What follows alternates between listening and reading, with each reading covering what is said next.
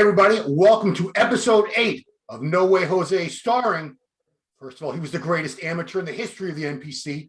Then he became one of the greatest 202 and 212 pro bodybuilders in history. Many, many wins. I think it was 11, including the Arnold Classic. Now retired, 12. maybe. Was it 12? Yeah. Man, I think I said 10 one time. Yeah, I was pissed. Man, you didn't win one while you were retired, did you? No? All right. No, Anyway, from an area of Massachusetts we call the North Shore, Jose Raymond. What's up, man? What's up, buddy? So, good job. Yeah. So the topic today, I was struggling with what to call it. I was going to say, do your genetics suck? No, let's not put it that way. How about how to rate your genetics? Because I think a lot of people don't really understand what the different components are genetically that go into a champion bodybuilder's physique. And just like any sport, be it football, basketball, baseball, there is a very, very strong genetic component.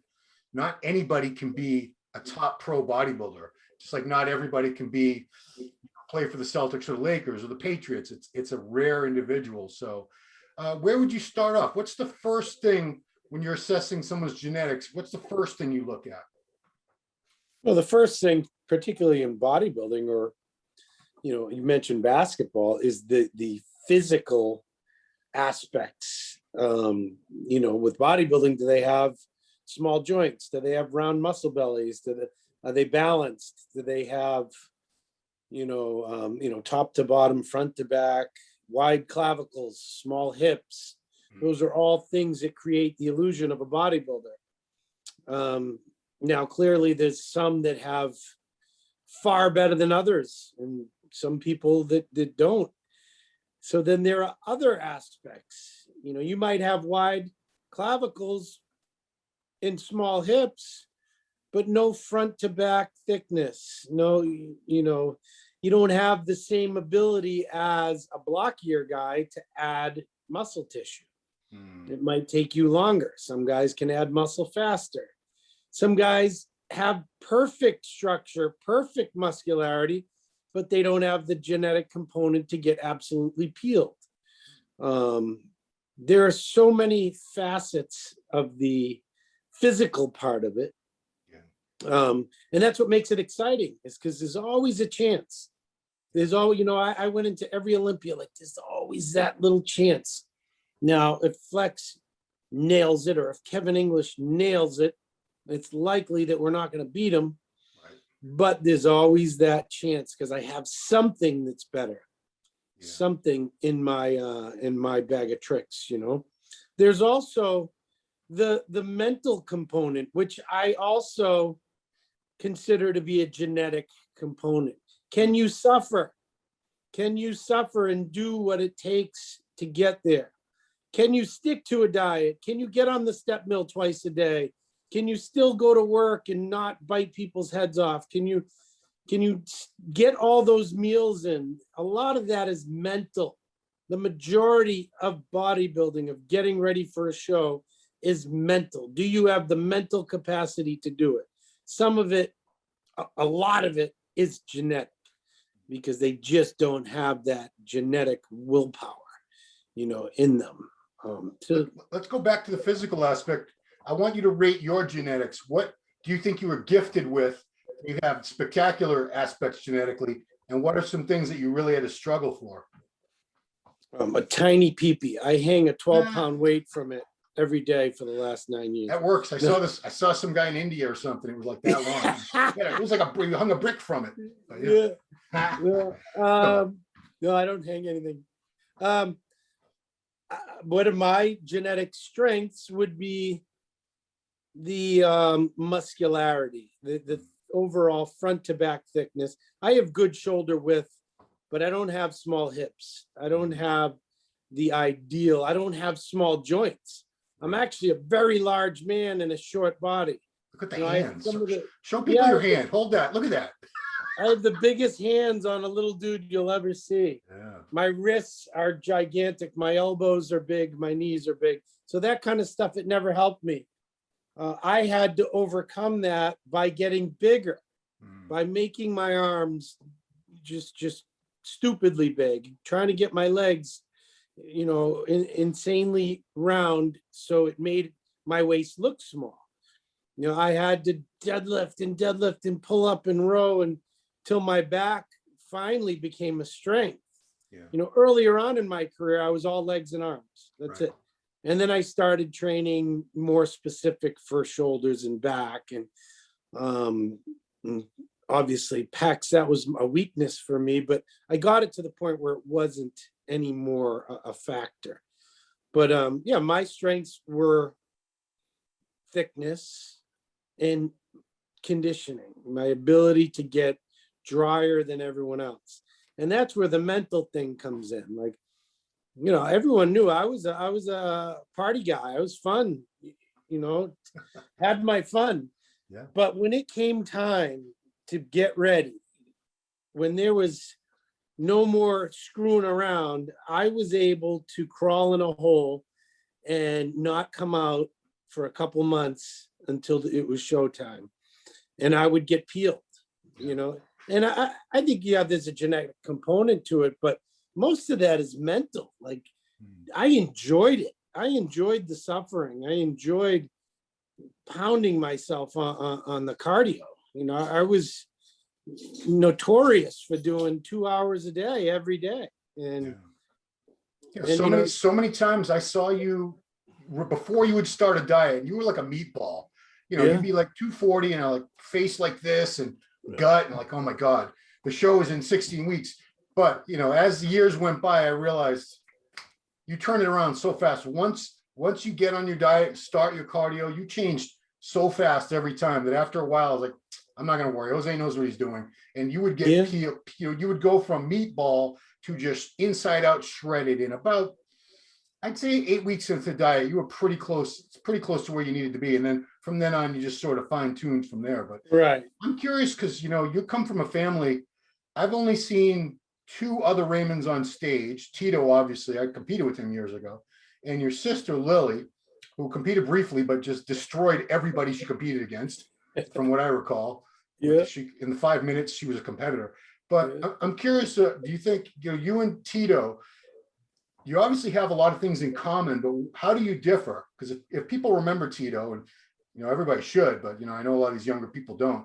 He was never as big, obviously, but tinier. It seemed to me he had a smaller waist. It seemed to me he stayed leaner naturally, but I don't know if that was just lifestyle, like he was more active or something. So what was the deal with you two? That's exactly what it was, the lifestyle thing. You know, I always just chalked it up that I'm the short, chubby guy. He got the good genetics. But as I'm older and I'm, 46 now, and I'm doing very little cardio, and I'm lean as hell. I got veins going through my abs. I could see lines in my glutes, and I'm not really hardcore dieting or doing much cardio. I'm just not eating and drinking, my face off. I'm living more similar a lifestyle to my brother, and I'm seeing that our genetics were a lot more alike than I had thought. Aside from, he's 4 inches taller, his joints are a little smaller. I'm a bigger guy. And I was even back in the day, like I was more of a huskier guy. So yeah, I think I have very good genetics to be lean. I just never took advantage of them. And you know what? Looking back, some people like, do you wish you dieted harder in the off season or whatever? I'm like, I had no off season. I would have 8 weeks to go nuts, and then I'd have to start getting ready again. And I attribute the size I was able to hold to the fact that I was always heavier. Starting a prep, I was always heavy, and I think there was something to that. For me, if I had started a diet at 16 weeks and I was already lean like I am today, I would have melted away. I would have been a light heavyweight going against 212 guys. So I had to maintain a certain amount of body mass, whether it was fat or not, just to maintain that size. I'm just curious, how many brothers and sisters are there in the Raymond? There were 10? No, I shouldn't say it was Sotomayor was the original name, but right. 8, 9, 10 of you? I was the youngest of 8. Okay. And then when I was adopted, there was 3 more. So Right. I'm technically the youngest of 11. Same parents, 11 kids. No, yeah, my blood family is.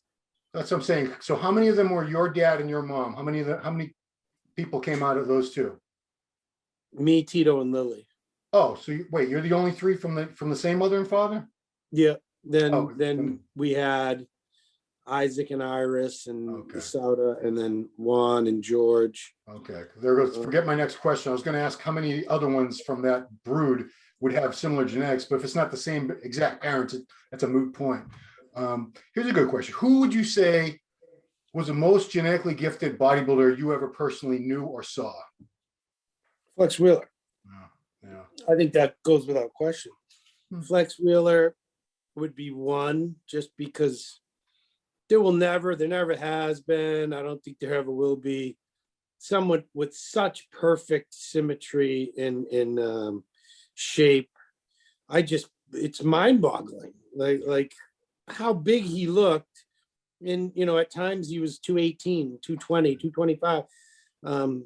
I thought his best physiques, his best looks were between the 218 and 230. Yeah. There was no need for him to ever hit that 250, 260 mark. Yeah. But yeah, I think genetically he's the most gifted of all time, because he did have great condition. Even though he rarely, once in a while he'd have the crazy glutes, but even when his glutes were soft, his mid-back Christmas tree was deeper than anyone's. And the lines in his shoulders and arms, and he was just crazy. Striated quads, beautiful shape. There's nothing like that. And I would say second. Ronnie, say Ronnie. No, I would say second would be like Phil Heath. Because Phil, I saw Phil at the 2005 USA. I competed in the overall with him. There wasn't much competition for him, but he only weighed about 203, 204, and he looked 260. He was so diced, and the quality of his muscle is unlike anyone else on earth.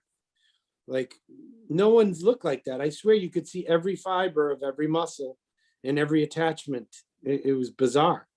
And he kept that, for many years. You talk about muscle quality, we call it muscle maturity, old man muscle, whatever, but you do see that quality with guys after many years. But there have been people like Phil who had it from day one. Yes. I've seen pictures of him when he was a light heavy at his first couple shows, and you could see the fibers, the splinters. He already had the striated triceps. Everything was already there. Yeah. What about you? Is that a quality? Because I think if I remember you at like 150 pounds, you had that, the same quality, the separation, and everything that you had much, much later, just with a lot more mass.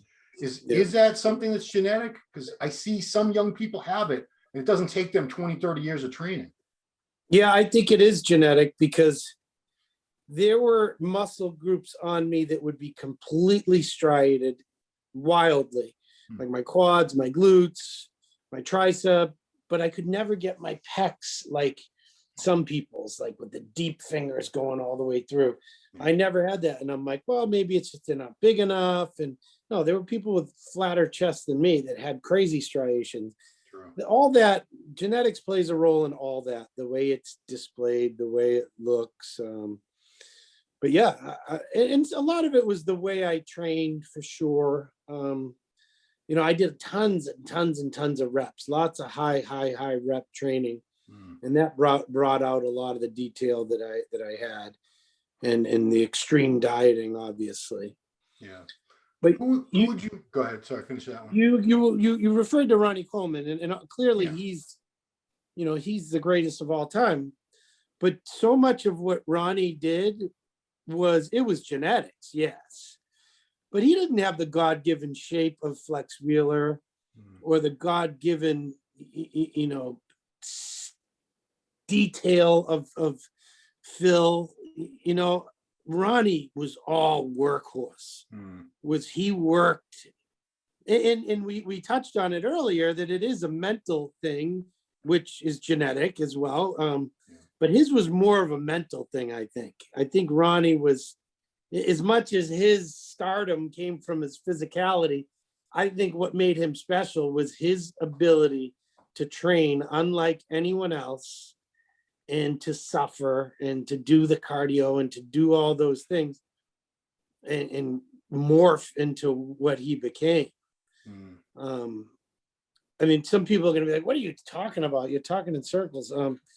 But no, I think genetically, Phil Heath and Flex Wheeler are what I think of when I think of genetic abnormalities, you know.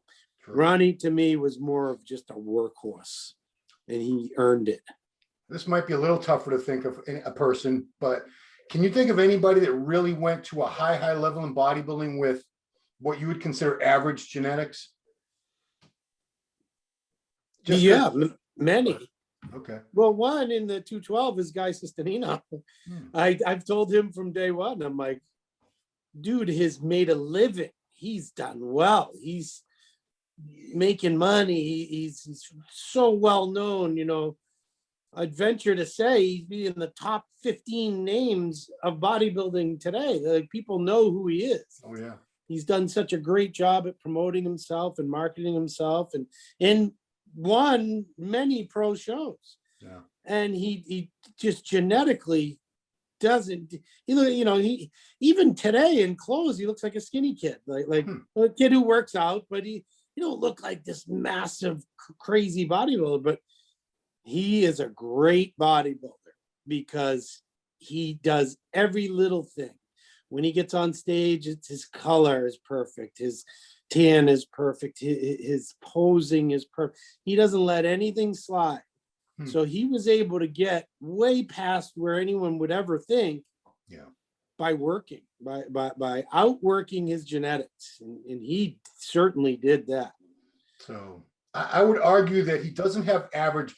When you say average, when you think of average genetics, I think you're comparing him to, you know, Flex Wheeler, Flex Lewis, you know, that level, the elite level. But when I think average, I'm saying, could you walk into any gym like Bayshore, pick out anybody, and if you could make them do everything that Guy Sistanino did, would they end up looking like Guy Sistanino? No, probably not. I mean, he has good enough genetics to build some muscle, you know. I mean, it really it depends. I'm sure there are some guys in there. I've seen some men physique guys in there. Oh yeah, that they're pretty crazy, and one of them's deadlifting 700 pounds, and that's right. You know, crazy. These guys, if they got with the right influence to show them exactly how to go, they could go a long way for sure. Talk about the mental aspect, because I think that's important, because we've both known you more so because you're a coach, so you deal with this a lot more than I do. I just like run into these people randomly sometimes, but I've known so many guys over the years with really good genetics. They could have gone very, very far, but they just didn't have it mentally. They didn't have the drive. They were lazy.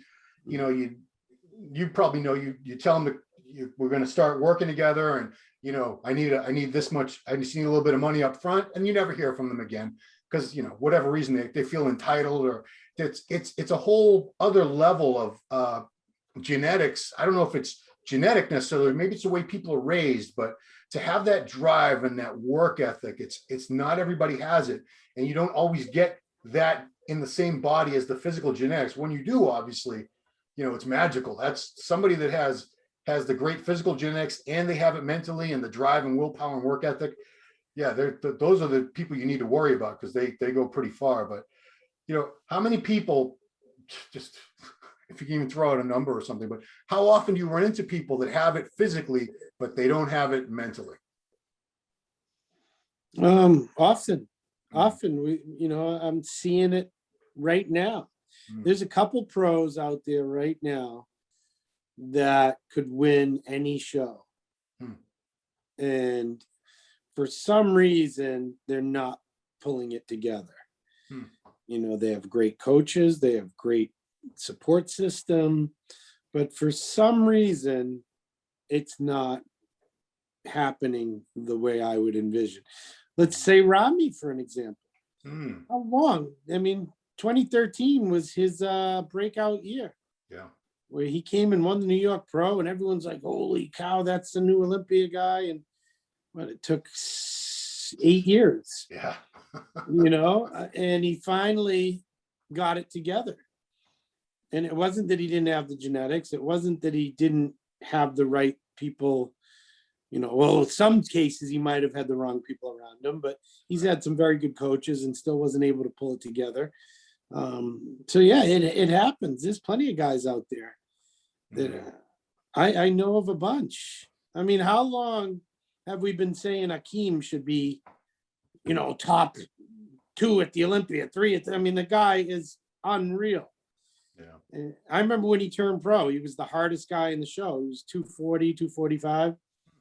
And you really haven't seen that same condition since, because he's been, 270. Yeah. He's been close. He's knocking on the door of that one big leap, that one giant step that he needs to take to be the elite. Yeah. We was top 6 at the Olympia, so we got to give him a little credit. That's certainly that's awesome. But I gave up on that 2 years ago. If you told me he was going to be top 6, I'm like, that guy, he's always soft as fuck. No, it ain't gonna happen. No. Well, that just tells you how highly I think of him, is that I brought up his name. Yeah. And 2, he plays top 6, and I'm still not satisfied. Yeah, because you know what he's capable of. Oh yeah. Yeah. There's nobody that looks like that. Yeah.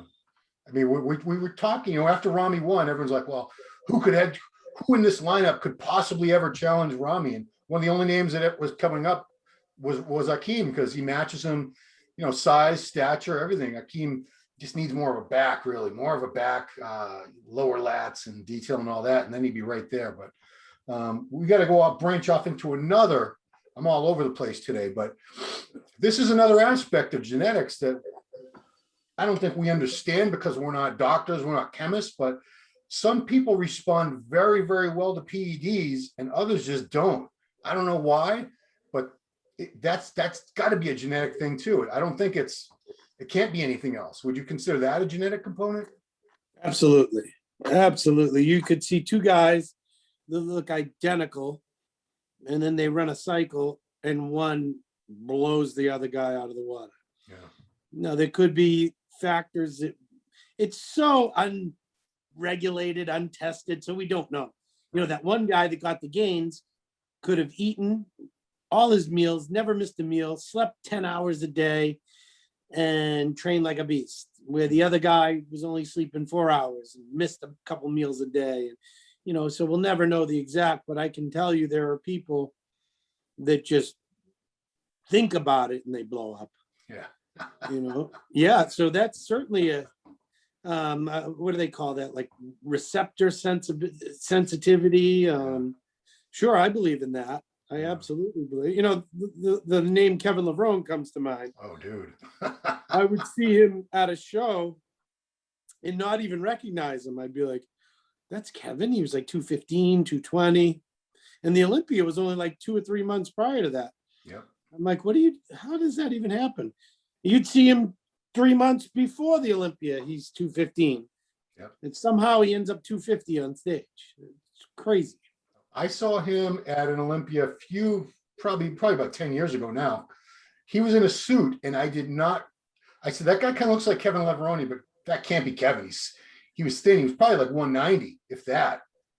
Probably the smallest he ever got. I don't know if it was for acting or whatever, but yeah, but that guy, I often wanted to run experiments. This will never happen. It's a ridiculous experiment, but putting people on a scale and have them think about steroids. I want to see if anyone actually gains weight. I bet somebody does, because it probably activates some physiological response, something. But some people probably can just think about steroids and get bigger. Yeah. Pretty ridiculous, I know. But genetics are something we can't change. We're born with whatever we're born with. In the future, maybe they'll have some crazy genetic engineering and we can all turn into like walrus men or something. I don't know. But, do you think people worry too much about genetics? Because it is something that, just like there's other things we can't change, your natural eye color, your height, whatever, that's what you're born with. So it's kind of pointless to spend time crying about your genetics. I mean, how many people really have I say this all the time. Most people are average. There's probably this amount of people with shit genetics and this amount of people with awesome genetics. And then there's this many people with just average genetics. Right. Yeah. Well, I think you shouldn't let it stop you from pursuing something you love, something that makes you feel good, but have realistic goals. You know, I get messages all the time. Oh man, can you look at these pictures? I want my pro card. And I'm like, oh, okay, well, you're gonna need to get in shape for me to be able to analyze this physique at all. I don't know what I'm looking at here. Just have and I have clients that I help that are very good. Yeah. And they're like, you know, I just want to get that pro card. And I'm like, you're good, but I don't know. I can't promise you, maybe. Or even like, I just want to get a call out with Phil, and like, what? Phil Heath? Yeah, like you just got beat by fucking Kuklo and Ian Valier. Those guys are 6, 7, 8 guys. You're not gonna get a call out with Phil. Wow. Yeah. You know, that's the thing is a lot of people have unrealistic expectations. They think if they do a cycle, if they try the new peptide, or if they eat more, you know, I'm going to take the year off.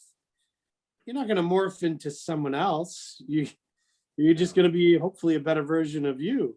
Yeah, I mean that's been a belief for a very long time. So I don't think it's anything new, because I think I don't want to always sound like I'm slamming the current generation, because I don't want to come across that way. It does seem more prevalent now, though, that they think drugs are going to actually change their genetics. Like you can look, if you have narrow clavicles, there's some drug that's going to blow out your clavicles to 4 feet wide and give you a narrow hips and take your muscle bellies from here to here. And, everyone I've ever seen has just become a larger version of what they were before once they get on stuff.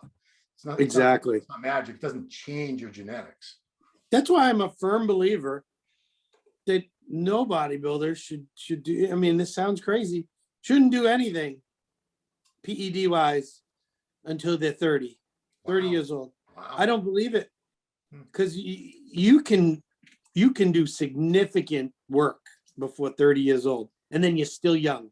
Right. And then you can make up a mature, educated decision as to what you want to do. But you maximize all your potential up to 30, with your ability to learn about your body, with nutrition and your training and what works for you. And then all you have to do is add that one little thing, because you've mastered everything else. Yeah. And then you're still only 30. Why would you need to take anything? Your testosterone's through the roof, 28 years old. You kidding me? Right. You don't need all that stuff. Do a bunch of natural bodybuilding shows. And if you're killing it, and if you're winning, or if you're winning nationally at the nationals, then you got something. Right. Then you can make that decision.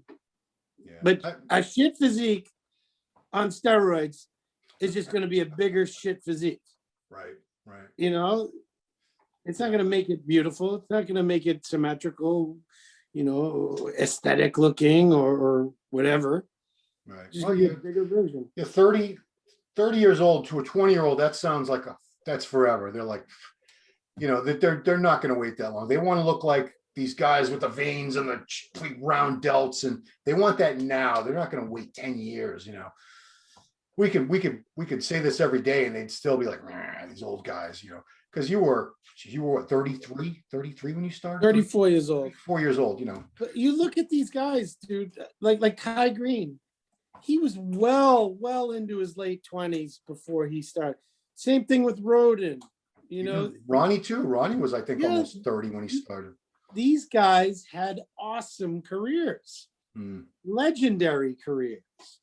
And I think it's no coincidence that they learned their bodies. They learned how to train. They learned how to diet. They learned every aspect of bodybuilding and added that one last piece at the end. And 2 of them are Mr. Olympias. One could have arguably been a Mr. Olympia. They'll guaranteed Hall of Famers. Those guys are all special. And I think there's no coincidence. Yeah. Yeah, it's nobody believes you when we talk about this stuff. I guarantee you 90% of people, when you said 34, like he's full of shit. He was probably like 11 or something. When you say Ronnie Coleman, they're like Ronnie Coleman was never natural. He came out of the womb on steroids. And, you know, they just can't. Well, I sound like a broken record because I say this shit all the time. But well, you don't have to believe it. Go back and look at the pictures. You know, there was Kai Green in 06 that weighed 220. Yeah. And then there was Kai Green just a few years later that was 245, 250, and then morphed into Super Kai 300 a few years later. Yeah. But he was smaller in his beginning. Yeah, I mean, legit. He was, talk about genetic freak. He was competing as a pro in that WNBF when he was like 18, 19, and he was already like 205 or something at that point. Yeah. 100% drug free, you know, probably barely scraping, probably living on people's couches and sleeping under bridges and stuff. Who knows? You know, that guy has quite a story to tell. But all the pictures are out there. If you don't believe it, go investigate yourself. Yeah. Go look at pictures of, you know, me or Sean Roden or Kai or Ronnie when they first turned pro, or, you know, while they were competing as an amateur, to, you know, 5, 6, 7 years into their pro career. So I guess the last thing I want to address is how long does it take training wise or not? Because everyone with great genetics, it's not always apparent before they started training. You can see pictures of them before and you're like, no big deal. But then you see pictures of them after maybe a year or two of training, and it's like a completely different person. So if somebody's been training consistently for 2, 3, 4 years, is that enough time, you think, to know if they've got that little extra gift genetically that they're different from most human beings? Yeah, you probably see it. You could see a kid in the gym if he's got something, you know. Usually they have some crazy bicep or crazy quad, or you can tell they're not, you know, you can tell they're just like naturally a big person, you know. I met a kid yesterday in the gym. I was at General Fitness. A kid comes up to me. He's like, hey, can I take a picture with you? I'm like, yeah, sure. The kid's forearms, his calves, he was just a big dude. And he looked like he was in his early 20s. Like, big dude. Just naturally had something. You know, his forearms are gigantic. I'm like, this is a big kid. He stood out to me. So when you say that, I'm like, yeah, that kid could do something. Yeah. You know, wide structure, big all over, you know, look relatively balanced. But yeah, those people are everywhere.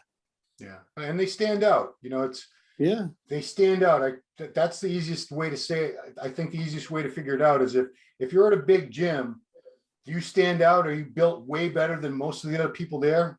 It's not just because it's not a drug thing. It's not that. It's they're a different breed. They're just not like a regular person. Just like, you know, a person who's 6'10", that's not a regular human being. Yeah. So got this great genetics for bodybuilding. I don't think it takes too long for them to start really standing out. Because I've talked to God knows how many pros, thousands at this point, and most of them will say people were asking them if they competed or if they were a bodybuilder long before they had any idea of wanting to compete, or some of them didn't even know what bodybuilding was. They'd say, bodybuilding? What do you mean? I'm not a bodybuilder. They'd say, man, you'd be a great bodybuilder.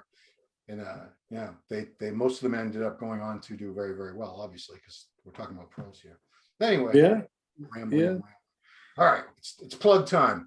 Everybody, you need to go to thebostonmass.com. That's Jose's website. A lot of great stuff there. You can contact him for coaching, merchandise.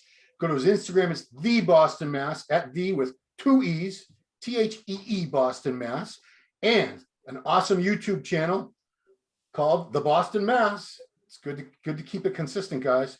Great stuff on there. He goes to different gyms, does interviews, podcasts with his buddy Nate. What's up, Nate?